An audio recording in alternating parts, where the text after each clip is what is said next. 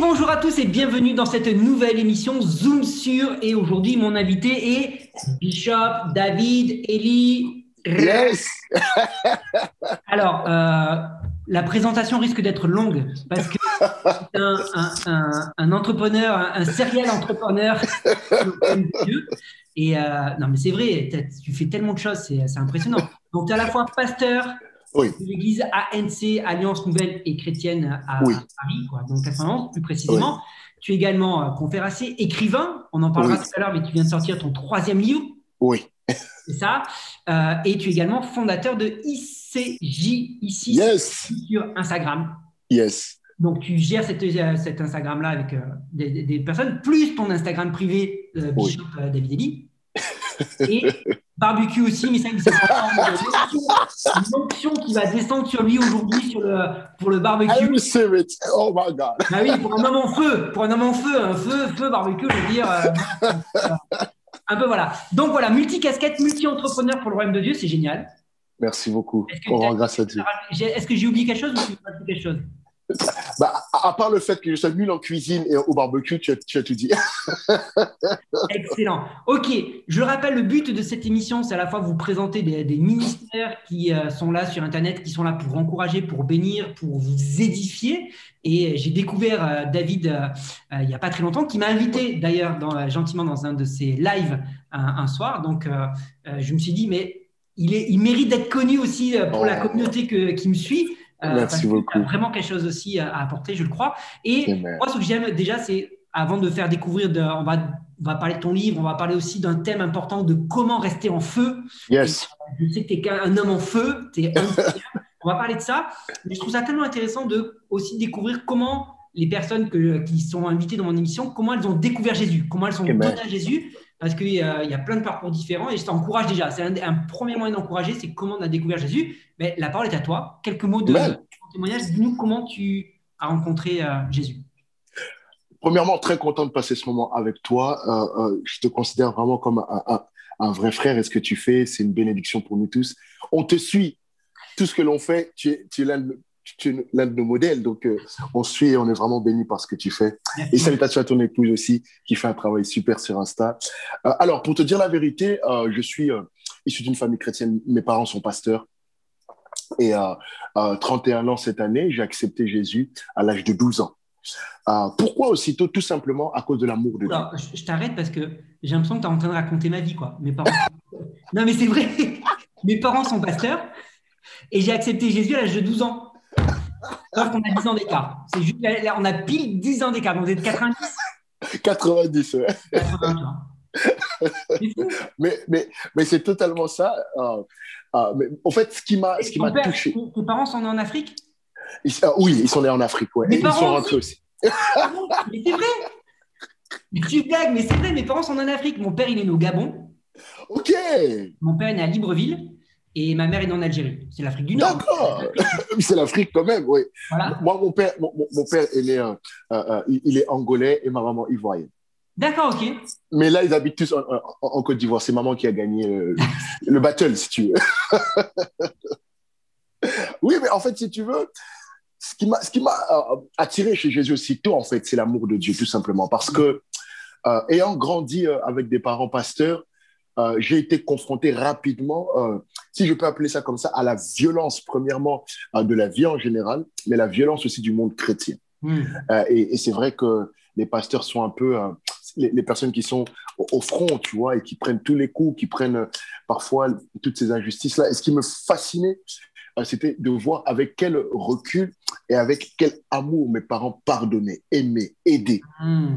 Euh, Ouais. je vais passer les détails, mais nous avons subi tellement de trahison, tellement d'incompréhension, tellement de méchanceté. Mais à aucun moment, et je le dis réellement, le Seigneur est au ciel, il nous voit. À aucun moment, je n'ai vu mes parents rendre le mal, vouloir se venger, Ah. même juste en parlant. Et petit que j'étais fasciné par ça. Et un jour, j'ai demandé à mon père, mais pourquoi tu aimes autant les gens? Pourquoi on nous fait autant de mal? Ouais. Et tu le sais comme moi que les pasteurs ont cette facilité d'accueillir les gens chez eux, de se mettre à la place des gens, etc. Je lui ai posé cette question. Pourquoi tu aimes autant les gens? Pourquoi tu te donnes autant pour les gens? Et il m'a répondu une phrase tellement simple, mais c'est ça qui m'a totalement bouleversé. Il m'a dit, Élie, Dieu m'a aimé tel que je suis. Je dois aimer les gens tels qu'ils sont. Wow. Ouais. Cette phrase-là m'a totalement chamboulé, mais vraiment chamboulé. Et je me suis dit, s'ils aiment ce Jésus-là comme ça, je veux le connaître. Je veux goûter à cet amour-là. Je veux goûter à cet amour qui n'a pas de conditions, qui n'a pas d'intérêt, cet amour-là qui réellement couvre toutes les fautes. Je veux y goûter. Et c'est comme ça que j'ai commencé mon cheminement avec le Seigneur. Et ça, pour te remettre un tout petit peu en arrière dans le contexte rapidement, ma maman ne pouvait pas avoir d'enfant. Et je suis le premier des 5. Et quand les parents me racontent, quand elle arrive à 4 mois, les médecins lui ont dit que madame, OK, l'enfant est là maintenant, mais vu votre condition, vous ne pouvez pas le garder. C'est soit on enlève cet enfant, soit cet enfant-là vous tuera au sein de la grossesse. Wow. Et mon père a fait cette prière, il a dit, Seigneur, si tu me donnes un fils, je te le rendrai et il sera prophète pour toi toute sa vie. Wow. Et par la grâce du Seigneur, je suis né. Et plein de choses. J'ai commencé à aimer les choses de Dieu déjà très tôt, mais sans savoir ce que j'étais ni ce que je faisais. J'ai commencé à jouer des instruments à l'âge de 4 ans. À l'âge de 6 ans, j'ai joué mon tout premier concert. Je suis batteur, quoi. Et à l'âge de 6 ans, mon premier concert, à l'âge de 10 ans, je commençais déjà à diriger les chorales à l'église, je commençais déjà à servir le Seigneur. À l'âge de 12 ans, pile après ma conversion, nous avons créé un groupe avec mes sœurs qui s'appelait Glory to God. On a fait 15 ans de carrière par la grâce du Seigneur. On a sorti 3 albums, on a sillonné l'Europe. Bref, mais à l'âge de 12 ans, c'est là où tout a commencé. Et au fait, jusqu'aujourd'hui, je vais te dire la vérité, jusqu'aujourd'hui, je peux te dire que je suis sûr d'être enfant de Dieu, je suis sûr d'être chrétien à cause d'une seule chose, de l'amour de Dieu en moi. Wow. Je ne saurais pas te donner des expériences, des choses exceptionnelles que j'aurais pu vivre, mais la chose qui m'a chamboulé, c'est l'amour de Dieu. De voir comment Dieu nous aime, de voir comment Dieu sait nous pardonner, de voir comment Dieu sait nous relever, comment Dieu sait nous construire, comment Dieu sait nous pardonner malgré nos fautes journalières, quotidiennes. Vrai. En fait, l'amour de Dieu m'a totalement chamboulé. Et c'est à l'âge de 12 ans que j'ai dit, Seigneur, je vais te donner ma vie. On était dans un culte, c'était au mois de juillet de l'année 2002. Le pasteur, mon père, du coup, prêchait un message. Et bizarrement, je l'ai toujours entendu prêcher, mais vraiment, toujours entendu prêcher. Mais ce jour-là, ce dimanche-là en particulier, j'ai senti quelque chose en moi. Il prêchait et j'étais à ma place de batteur et je pleurais. Je ne savais même pas que les larmes coulaient, mais je sentais que quelque chose se passait. Ouais. Et quand il a fait l'appel, j'ai été le tout premier. J'ai laissé ma batterie, je suis parti en courant. Et j'étais à genoux, les larmes coulaient de mes yeux. Et j'ai dit non, ce Jésus-là, je veux le goûter et je ne veux plus jamais le lâcher. J'ai accepté donc Jésus en 2002 et à partir de là, le cheminement a commencé avec lui. Waouh, c'est fort. Très fort, mais c'est tellement bon ce que tu racontes sur l'amour de Dieu. Yeah. Et tellement de gens n'ont pas forcément expérimenté cet amour-là, quoi. Yeah. Comment pouvons-nous expérimenter l'amour de Dieu? Comment les gens qui nous écoutent, là, qui t'écoutent, qui disent, mais moi aussi j'ai envie d'être touché par cet amour, moi aussi j'ai envie de vivre cet amour. Qu'est-ce que tu leur dirais? Ce que je veux dire est tellement simple. Mais le problème, c'est que avec le peu de temps que je marche avec Jésus, je comprends que Dieu est tellement simple avec nous, en fait. Il est tellement simple. L'amour de Dieu est accessible à tout le monde. Premièrement, ça, c'est déjà ce qu'il faut savoir. Beaucoup de gens se disqualifient eux-mêmes de l'amour de Dieu. Non, l'amour de Dieu est absolument pour tout le monde. Que tu sois, quel que soit ce que tu es, l'amour de Dieu est disponible pour toi. La deuxième chose qu'il faut savoir, c'est que Dieu cherche à te donner son amour. C'est ce qu'il cherche à faire. J'aime ce texte dans Jean 4, quand Jésus parle à cette femme, il dit, le Père cherche. Et c'est terrible de voir que Dieu qui est dans le ciel nous cherche. Et je travaillais ces jours-ci, j'étudiais un peu comment Dieu est avec nous. Et tu le sais, depuis la création, depuis que l'homme a péché, Dieu nous cherche. Dans Ésaïe, il le dit clairement, je cherche un homme. Je cherche un homme. Jésus le dit, celui qui croit en moi fera ce que j'ai fait. Il nous cherche. Donc la deuxième chose à savoir, c'est que Dieu te cherche. La troisième chose à savoir, c'est que Dieu t'aime tel que tu es.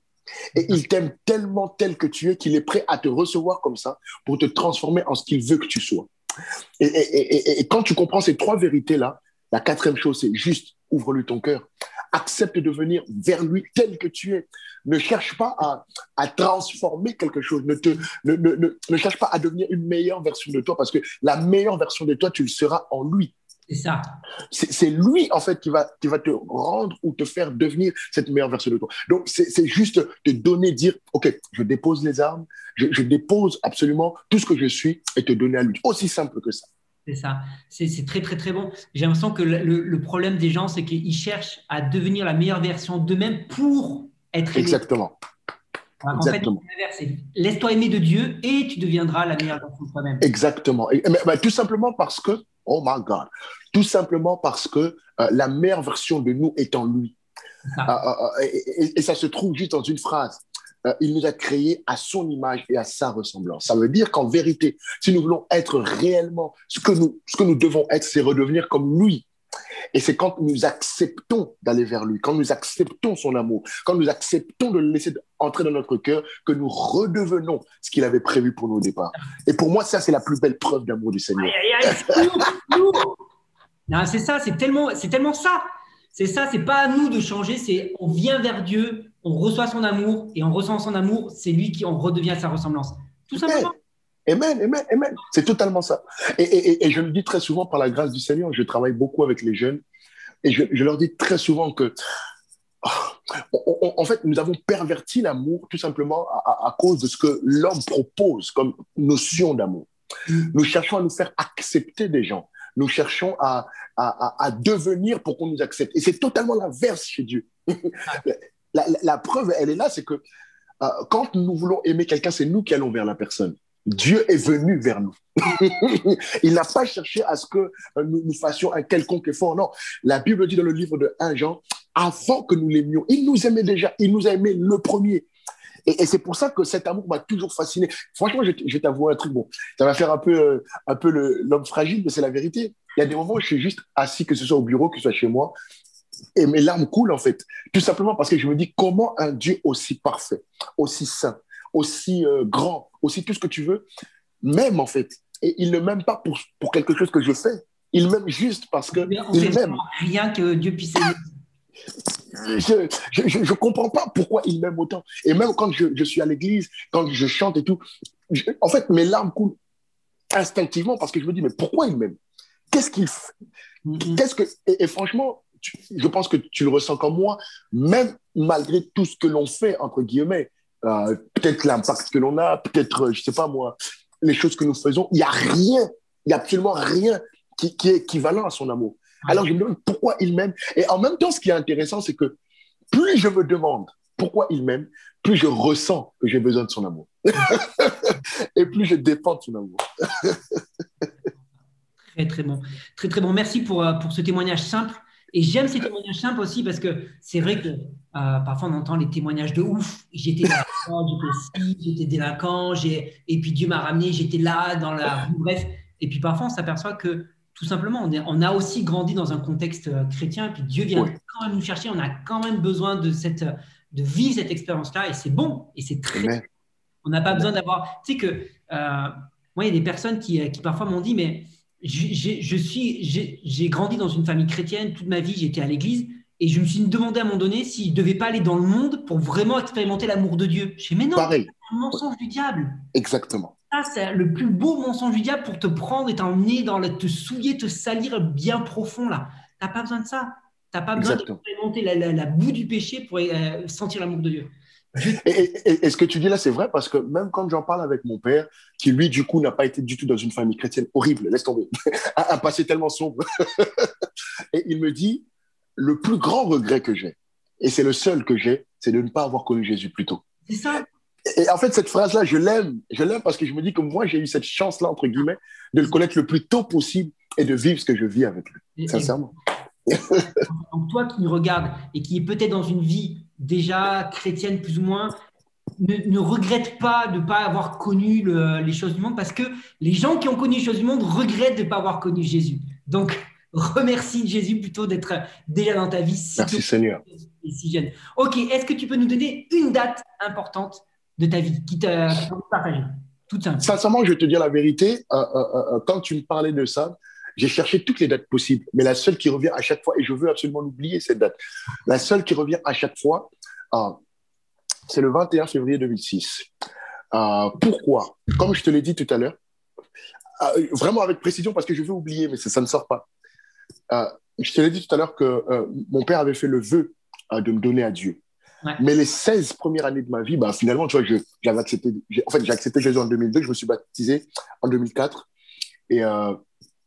Mais je vivais ma vie comme tout chrétien, en fait, si tu veux. Ouais. Mais l'année 2016, c'est là où tout s'arrête et là où l'appel du Seigneur vient sur ma vie. Et comment ça se passe? On termine un jeûne de 40 jours à l'église en début d'année. Du coup, donc, en fait, le jeûne terminait le 21 février, le dimanche 21 février 2010. Et on termine le culte super, on adore Dieu. Et franchement, on était tous contents à la fois pour la gloire de Dieu, mais à la fois parce qu'on allait manger après. Et on était grave contents. Soyons honnêtes. Bah oui. Et là, on arrive à la fin, mais vraiment la fin du culte. Hein. Tu sais, il y a la chanson qu'on chante Nous sommes dans un lien d'amour. Et c'est la fin, tout le monde se tient à la main, et on est content et tout. Et là, tu as une maman qui sort de je sais pas où, loin dans la salle, et qui vient en pleurs devant et tout, et qui se met à genoux devant mon père. À cette époque-là, il était encore avec nous, pasteur, et qui dit, on peut pas terminer le culte, on peut pas terminer le culte.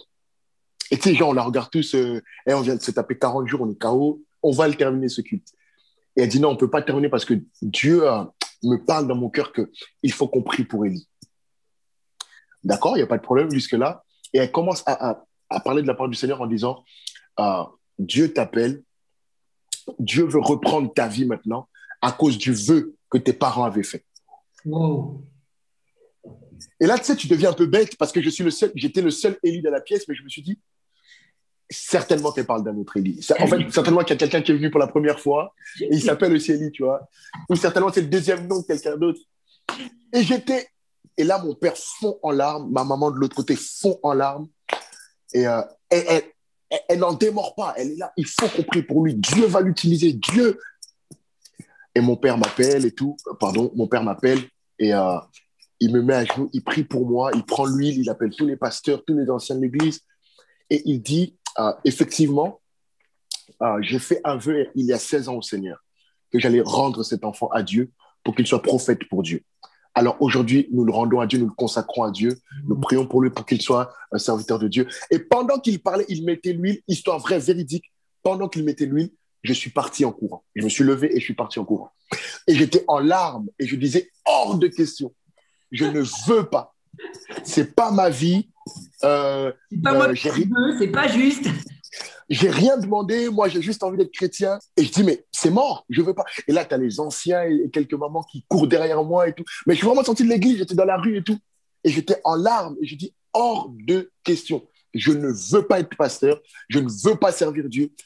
Cette vie-là, je n'en veux pas. J'aime Dieu, je veux juste chanter pour lui, juste, je sais pas moi, jouer de la batterie, jouer du clavier et tout. Mais ce que tu dis là, ça m'intéresse pas.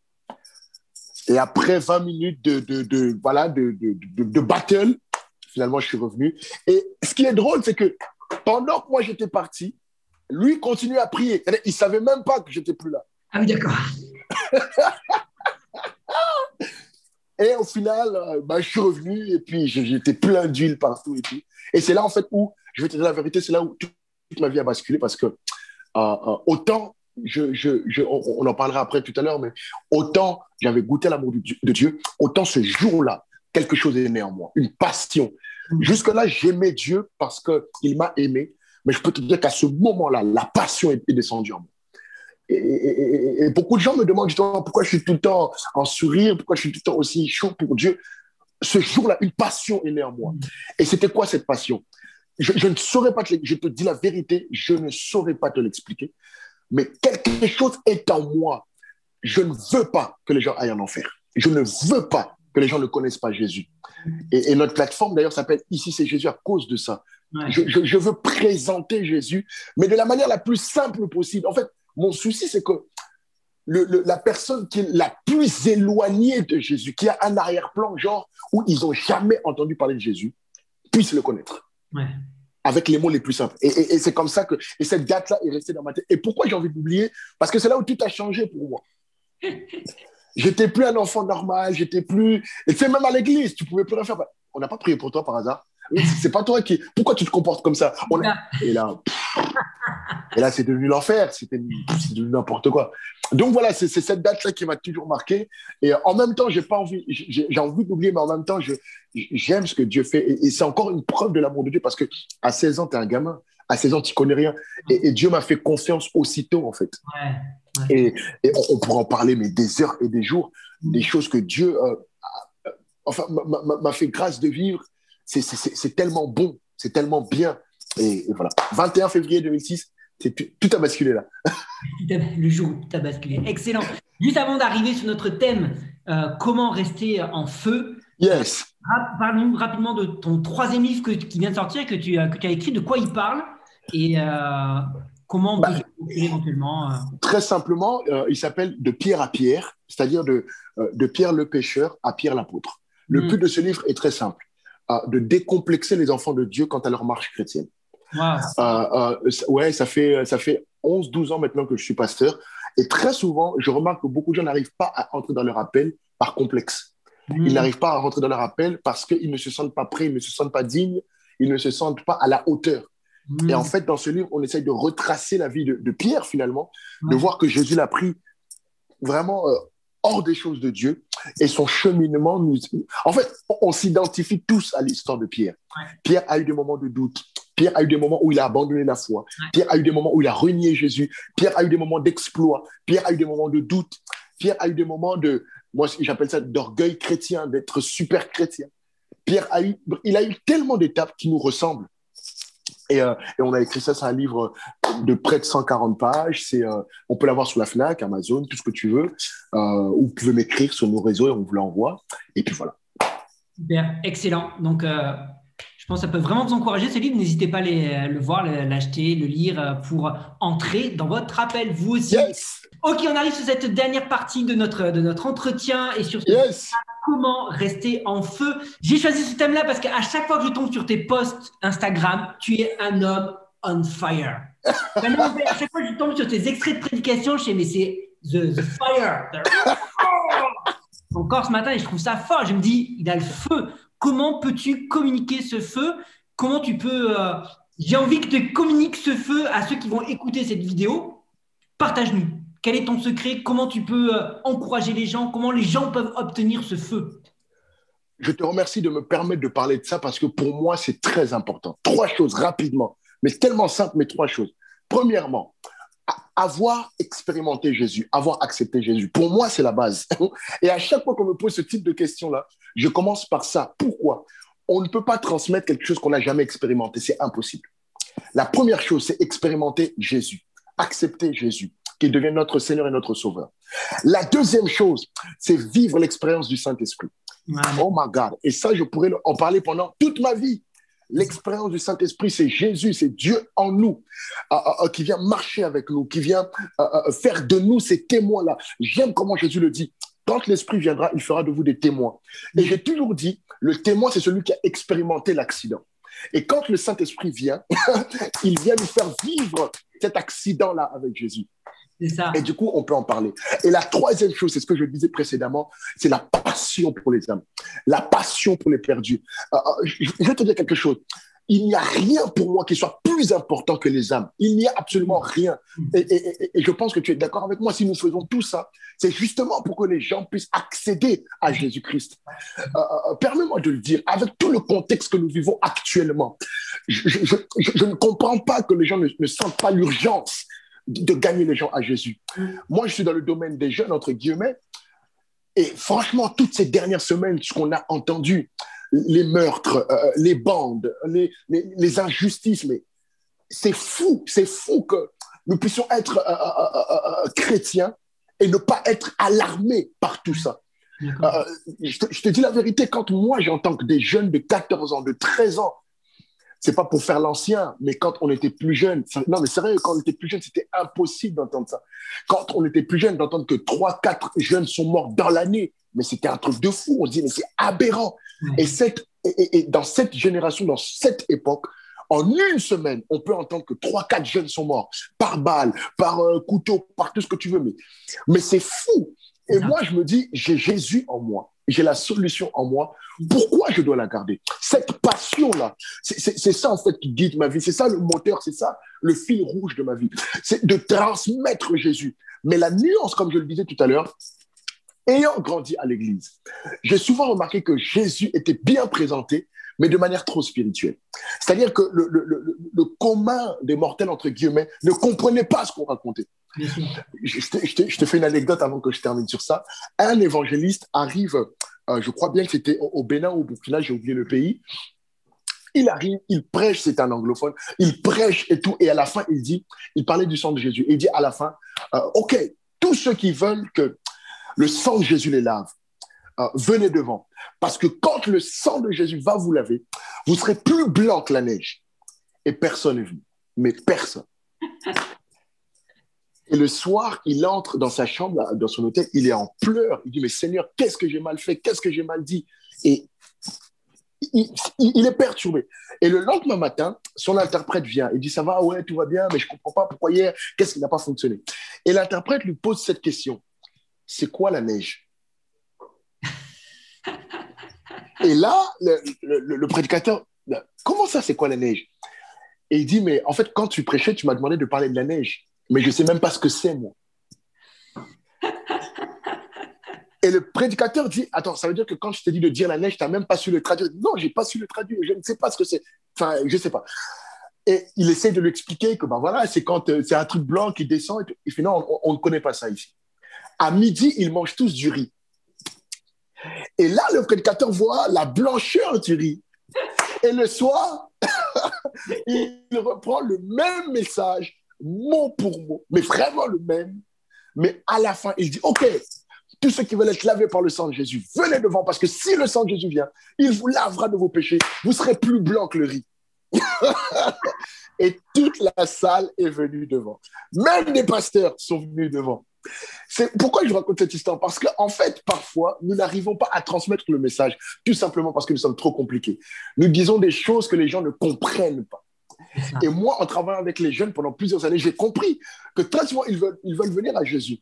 Mais le problème, c'est que la manière que nous transmettons le message, la manière dont nous parlons de ce Jésus-là, c'est trop high pour eux, c'est trop loin pour eux. Alors, je pense que la passion que nous avons doit être mélangée avec... en fait, nous devons actualiser le message. Non pas le diluer, non pas le transformer, non pas le changer, mais l'actualiser. Tout simplement comme Jésus le faisait en son temps. Quand Jésus parle, n'est-ce pas, à des agriculteurs, il leur parle du blé. Quand il parle, n'est-ce pas, avec les personnes de la ville, il leur parle, il leur donne des histoires. Et cette manière de leur parler là faisait que Jésus pouvait avoir par jour plus de 10 000 personnes qui le suivaient parce que les gens le comprenaient. Et je pense que notre passion doit être actualisée.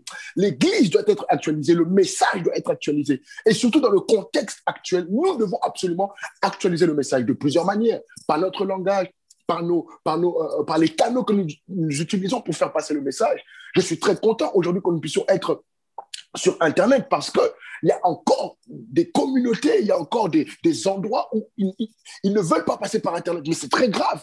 Votre message n'arrivera jamais. Par exemple, les jeunes passent, une étude a donné que les jeunes passent plus de 60 à 70% de leur temps sur les réseaux sociaux. Parce que je veux les atteindre, je passe également mon temps là. C'est-à-dire que notre passion doit être actualisée. Je ne suis vraiment pas contre tout ce qui se fait et au contraire, je bénis Dieu. Mais je pense que si nous voulons toucher le monde d'aujourd'hui, nous devons avoir leur langage. Nous devons comprendre comme eux, réfléchir comme eux, mais à la différence que nous avons Jésus et le Saint-Esprit. Donc la première chose, c'est accepter Jésus. La deuxième chose, c'est avoir le feu du Saint-Esprit. Et la troisième chose, c'est avoir cette passion-là pour les perdus. Je pense qu'il ne faut plus les condamner, mais au contraire, aller vers eux comme Jésus est venu vers nous. Amen, amen, amen. Je ne peux que souscrire, abonder dans ton sens.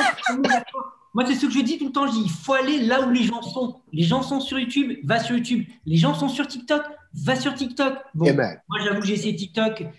Je laisse à Doc. Il y en a qui le font. J'y arrive même pas, pour te dire. Il y en a qui le font très bien. Et j'ai vu qu'il y a des petits jeunes qui ont déjà 100 000 abonnés sur TikTok. Ils prêchent Jésus. C'est bien, vas-y, continue. Mais voilà, je suis tellement d'accord.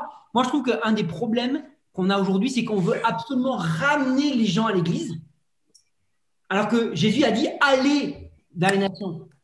Il n'a pas dit amener les nations, il a dit amener les nations. Et donc, je te rejoins complètement. Il faut être là où les gens sont. Si ta communauté sur TikTok, sur Instagram, sur Snapchat, sur n'importe où, va là où les gens sont et adapte le langage. On oublie souvent, Jésus a parlé en parabole, pourquoi? Parce qu'il a appris le langage. Les gens, c'était des agriculteurs. Il a parlé de semeurs, il a parlé de mariage avec la drague, le père. Exactement. Ça parlait aux gens. C'était des choses qui parlaient, il a utilisé leur discours, donc je ne peux bien sûr que aller dans ton sens, mon cher Bishop. Je suis complètement d'accord. Je pourrais juste amplifier tout ce que tu as dit, mais je pense que ce n'est pas nécessaire. Mais je suis complètement d'accord sur accepter Jésus, l'œuvre du Saint-Esprit dans notre vie, parce que c'est lui qui vraiment nous met le feu. Amen. Amplifier la passion, alimenter la passion, c'est très, très, très, très bon. Merci beaucoup. Merci beaucoup pour cet échange. J'espère vraiment que tout ça vous a béni, parce qu'on ne fait pas ça pour faire plaisir. Hein, on ne fait pas ça pour se taper un trip, mais vraiment pour vous encourager. J'espère vraiment que cette vidéo vous encourage. Donc, n'hésitez pas à aller voir Bishop sur Instagram, ici, ICJ. Ici, également, ils font beaucoup de posts et Bishop fait également beaucoup de live, au moins une fois par semaine. Oui, au moins. Au moins. Quand je suis en forme. Après. C'est ça, avec plein de personnes différentes. Donc, c'est vraiment très encourageant. Instagram, YouTube, je ne sais pas si c'était… Non, YouTube, oui. YouTube également. Nous avons…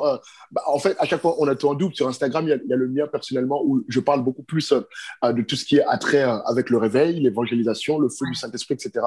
Et ici, c'est Jésus, où là, c'est plus une communauté que nous créons avec plusieurs personnes que nous regroupons pour parler de Jésus. Et c'est la même chose partout. En fait, Facebook, YouTube, c'est exactement pareil. Excellent. Donc, vous retrouvez tout ça, on vous met les liens dans la description. Et puis, bien sûr, abonnez-vous, partagez cette vidéo pour encourager des personnes. Et à la prochaine. Yes.